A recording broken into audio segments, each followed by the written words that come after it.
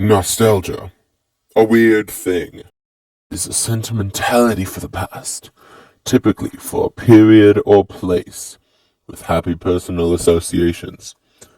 But what about if it was handed to three individuals, and the only thing they were told is make a fake Pokemon from this?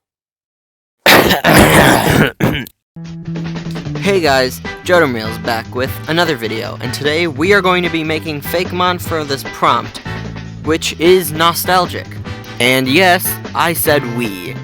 Today I am also joined by the wonderful Pewter City Gym and Procelion from the channel Monosodes.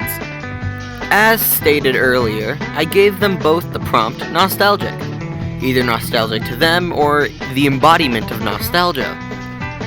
I should stop rambling on and get started with the video. Take it away, Procelion!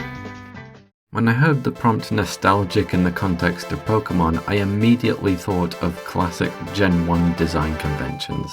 So I set myself the goal of creating a Pokemon that looks like it could have come from Gen 1. Like it could have been rejected from Red and Green and left on the cutting room floor. And in the spirit of replicating the Gen 1 process, I made quite possibly the most extra decision and made a Gen 1 style sprite first. Because when Red and Green were being developed, that was how they designed the Pokemon. They made the sprites, then the art. So that's what I did. For the first stage, I decided that it would be a very simple design that completely hides its face. Very much inspired by Pokemon like Shelder or Tangela that have very big beady eyes inside a black void. The rest of the body was tricky, but since most Gen 1 Pokemon are based on yokai, I took inspiration from one called the Sazayoni, which is a yokai that transforms from a turban snail when it reaches the ripe old age of 30. Most Gen 1 Pokemon were also made with mechanics in mind, with Eevee demonstrating split evolution and Voltorb being a mimic. So I thought this Pokemon could have antennae that could find hidden items and little hands coming out of the shell to grab with, because the hidden item mechanic really isn't used all that much, and I think there should be a Pokemon that directs players to that mechanic. The naming of both of these Pokemon was actually the hardest part, believe it or not, because Gen 1 names were very much like the designs. They were not complicated. So it took all of my energy to just make a very simple name.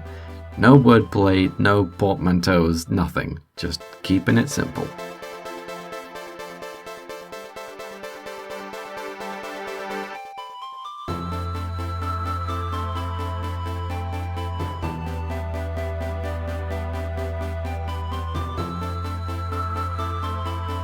Snail, the shellfish Pokemon. Usually found on the shore during high tide, this skittish Pokemon uses its antennae to find gold items it collects.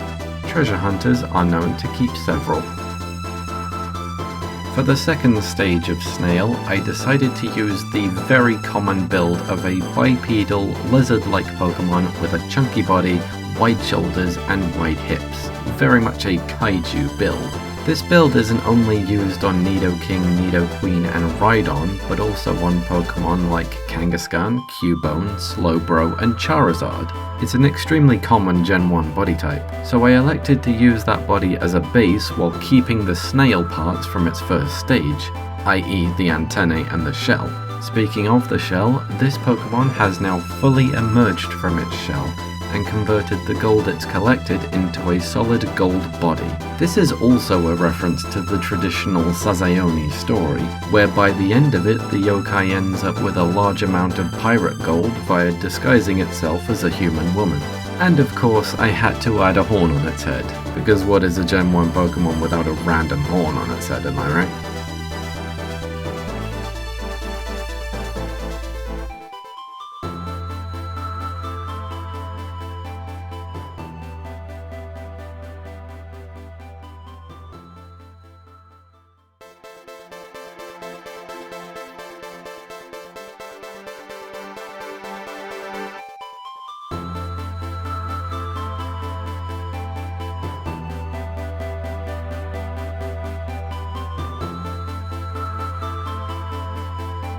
Dowsodon, the shellfish Pokemon. A local legend tells of a Dowserdon using its powerful poison on a pirate crew and stealing all of their treasure. In reality, this Pokemon is merely territorial.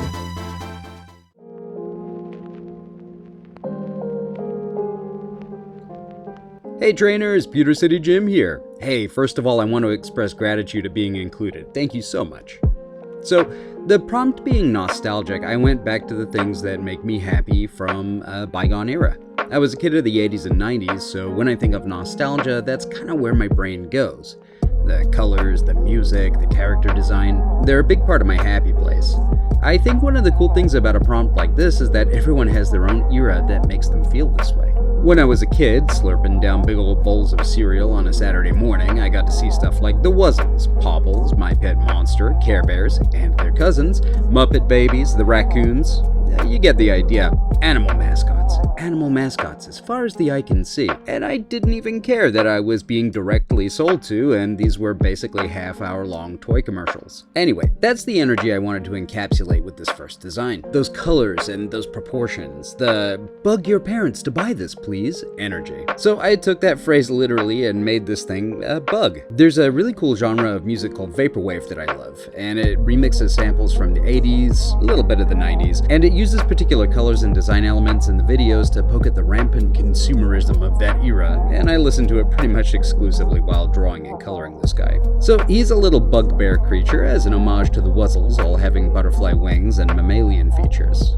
Plus there's just a lot of bears around during the 80s. The Care Bears, the Gummy Bears, the Little Flying Bears, Teddy Ruxpin, Paddington, Rupert the Bear, the Berenstain Bears. I mean, there were just a lot.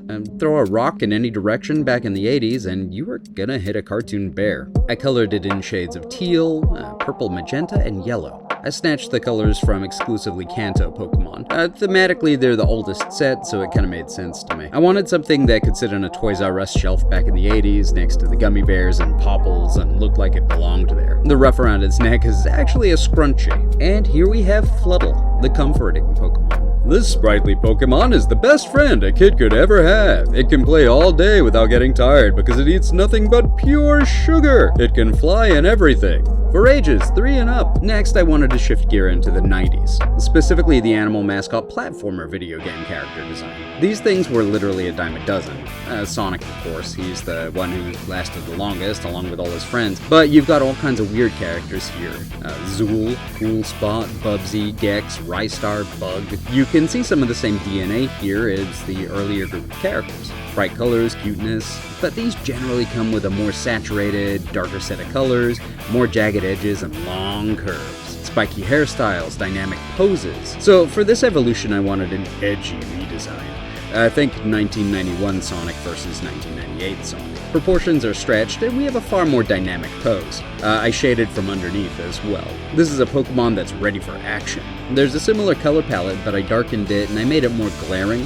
I used colors swatched from Unova Pokemon. Thematically, it makes sense because Unova was this kind of soft reboot where a lot of the Pokemon were updated versions of the Cantonian critters. Sawk and Throw versus the Hitmons, Roggenrola versus Geodude, you get the idea. There are a lot of designs that parallel one another, but with a completely new updated aesthetic. An evolution of design, if you will.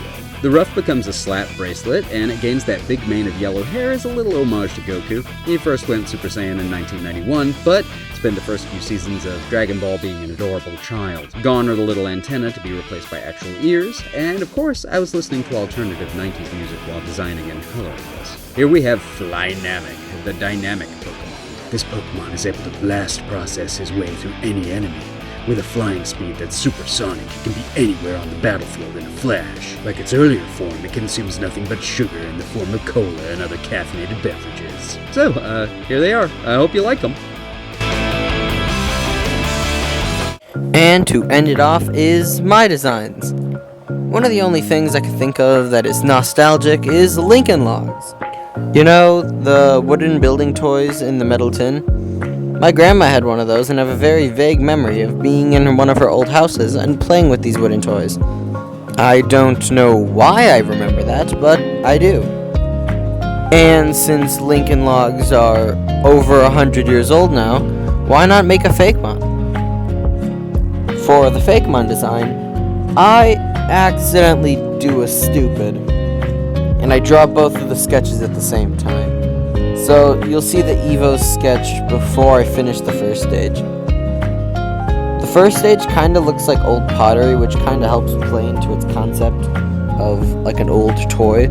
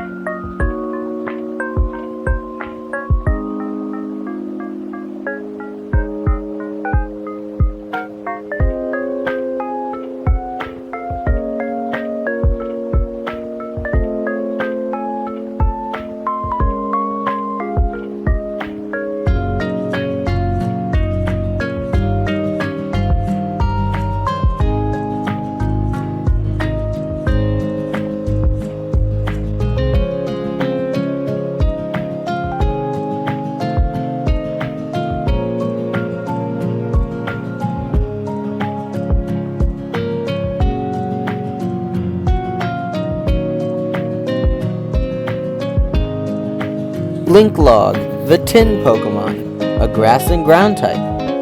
It is said that a tin of sticks survived for over 100 years and became a Pokemon. In the Dex entry, I also added some yokai inspiration, as a common trope in yokais is blank survived for a long time and now magic. I also added some pumpkin elements into the design because when I was younger, I was nicknamed Pumpkin. Funny enough, the nickname wasn't for my grandma, but that's besides the point. I also wanted to make it look like it was being controlled from the inside, because another thing of my childhood was Power Rangers.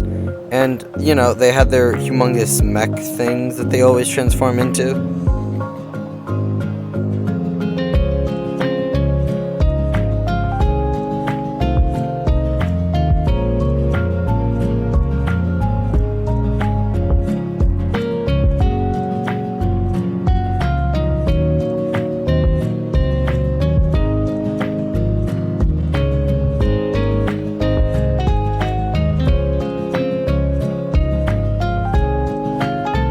Link Control, the contraption Pokemon, a grass and ground type.